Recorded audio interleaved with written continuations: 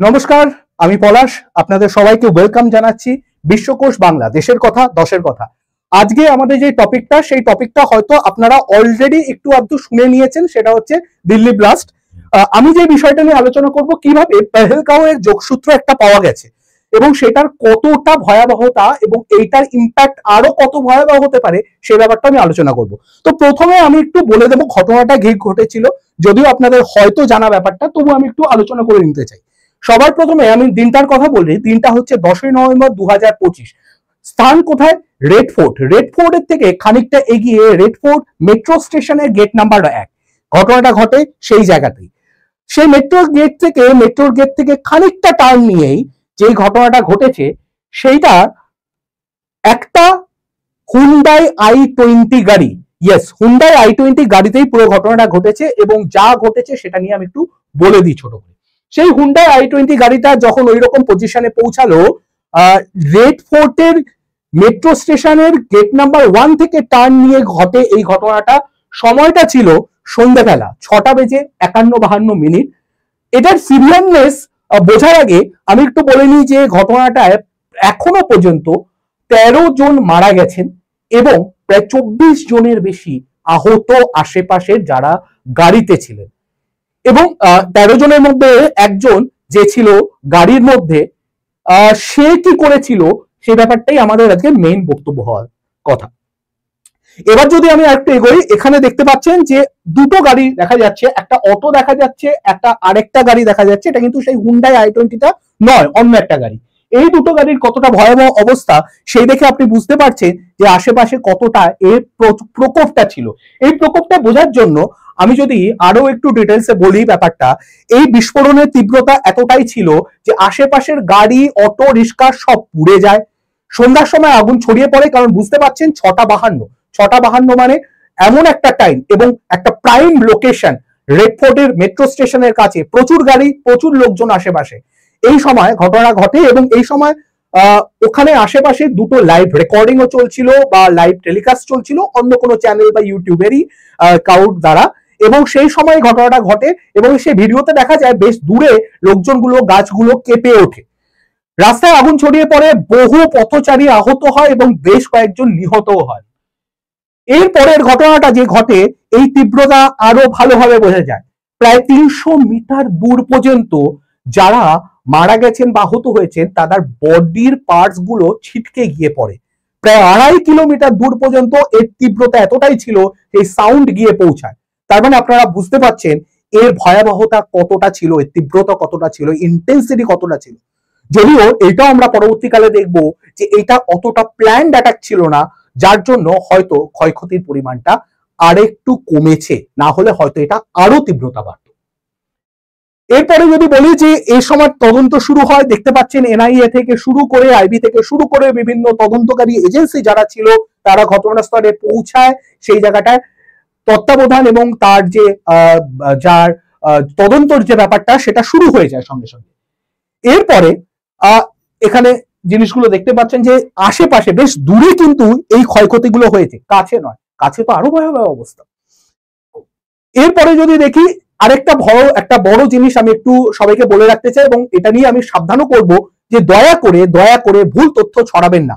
বেশ কিছু বিদেশি এবং যারা ইচ্ছাকৃতভাবে কিছু মিডিয়া ভুল তথ্য ছড়াচ্ছে, বিশেষ করে সেটা পাকিস্তানি হ্যান্ডেল এবং পাকিস্তানি মিডিয়াগুলো করছে। কি করছে?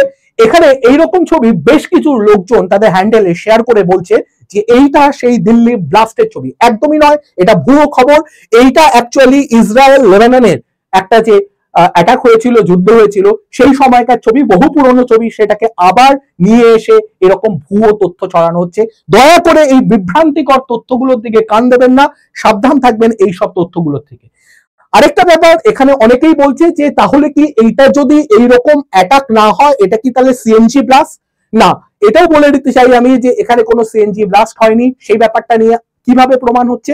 তদন্ত বলছে যে এখানে কিন্তু পুরো কেসটা চলছে ইউএপিএ মামলার অধীনে এবং অলরেডি সেটা প্রুফ হয়ে গেছে। সেটা আমি একটু পরে বলবো।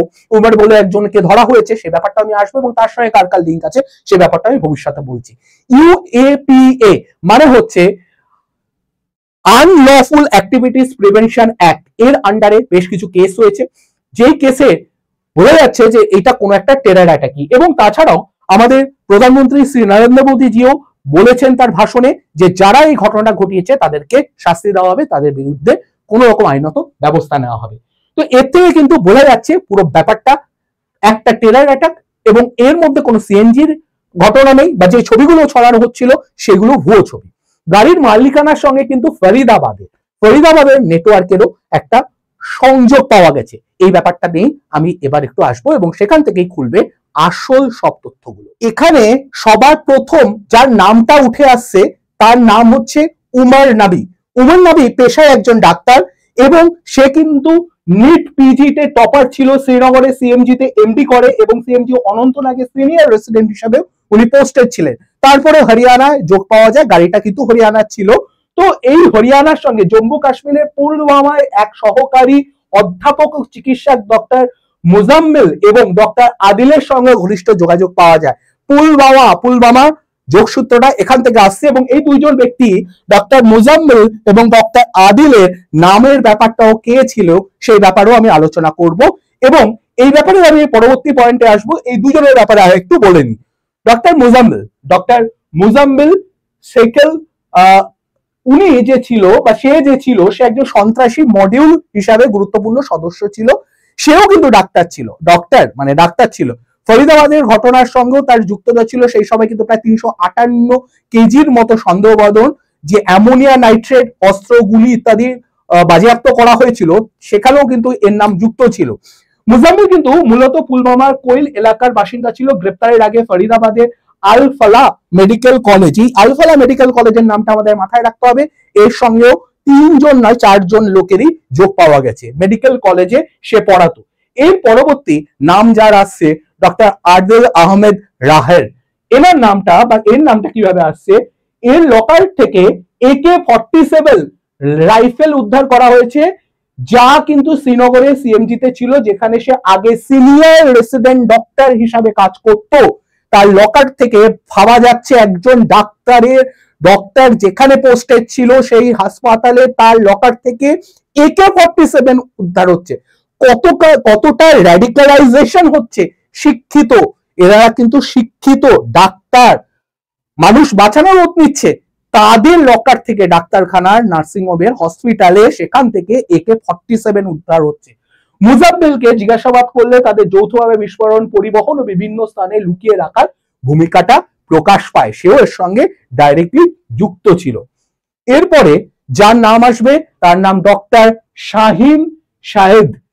ফরিদাবাদে তার গাড়ি থেকে একটা অ্যাসাল্ট রাইফেল উদ্ধার করা হয়েছে এবং পুলিশ বলেছে মুজাম্মিলকে গ্রেপ্তার হওয়ার পরেই এই লিঙ্কটা পাওয়া গেছে। এবং এও কিন্তু ডাক্তার ছিল এবং কাশ্মীরে এরও যোগসূত্র পাওয়া গেছে। তাহলে ব্যাপারটা বোঝা যাচ্ছে যে কিরকম ভাবে র্যাডিক্যালাইজেশন হয়েছে। 4জন ডাক্তার যারা মানুষ বাঁচানোর রোধ নিয়েছিল, তারা এখন মানুষ মারার জন্য বদ্ধপরিকর। এই ব্যক্তির কথা আমি আলাদাভাবে আর একটু বলবো, যার নাম হচ্ছে ডক্টর উমর নবী, যে মারা গেছিল, গাড়ির মধ্যে ছিল, যার সত্যতাও প্রমাণিত অলরেডি হয়ে গেছে ডিএনএ টেস্টের মাধ্যমে। তার মায়ের সঙ্গে তার ডিএনএ টেস্ট করার মাধ্যমে প্রমাণ হয়েছে। সেখানে কিন্তু আমি আরো একটা জিনিস বলে দিই, তার ঘনিষ্ঠ যারা ছিল তারা বারবার বলেছে সে এমন পর্যায়ে চলে গেছিল যে সে বলেছিল যে সে একাধিক বিস্ফোরণ ঘটাতে বদ্ধপরিকর এবং সেটা সে করবেই। এবং বলা হয় যে তাড়াহুড়োর মধ্যে এটা করা হয়েছে বলে হয়তো ঘটনাটার এতটা ইন্টেন্সিটি দেয়নি। ফরিদাবাদের ব্যাপারটা ধরা পড়ে যাওয়ার পরে তারা একটু ছন্নছাড়া হয়ে গেছিল, কিছু একটা করতে হবে, এইরকম একটা পর্যায় থেকে কিন্তু তারা পুরো ব্যাপারটা ঘটিয়েছে। এই পুরো ব্যাপারটা এবং সেই ধ্বংসাবশেষের অবস্থা দেখে আপনারা বুঝতে পারছেন যে কতটা ভয়ঙ্কর অবস্থা হয়েছিল। তবে অনেকেরই প্রশ্ন উঠছে যে আমাদের দেশের সিকিউরিটি ফোর্স কি করছিল। আমি যদি একটু সরে যাই, আপনারা একটু ভালো করে দেখে নেবেন, যদি 22টা টেরর অ্যাটাক, আমাদের সিকিউরিটি ফোর্স কিন্তু ডেট সহ কোথায় কিভাবে আটকেছে সেই পুরো ডিটেলস দেওয়া আছে, এবং তার মধ্যে প্রথমটা কিন্তু ওয়েস্ট বেঙ্গলেই ছিল। এইগুলো কিন্তু তাদের দ্বারাই আটকানো। আপনারা স্ক্রিনশট নিয়ে এটাকে দেখে নিতে পারবেন, গুগল সার্চ করলেও পেয়ে যাবেন, কোনো বড় ব্যাপার নয়।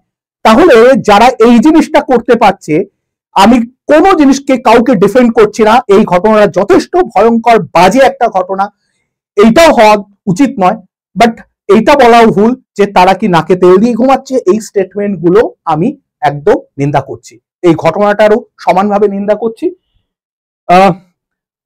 ব্যাপারটাকে আর বড় করব না।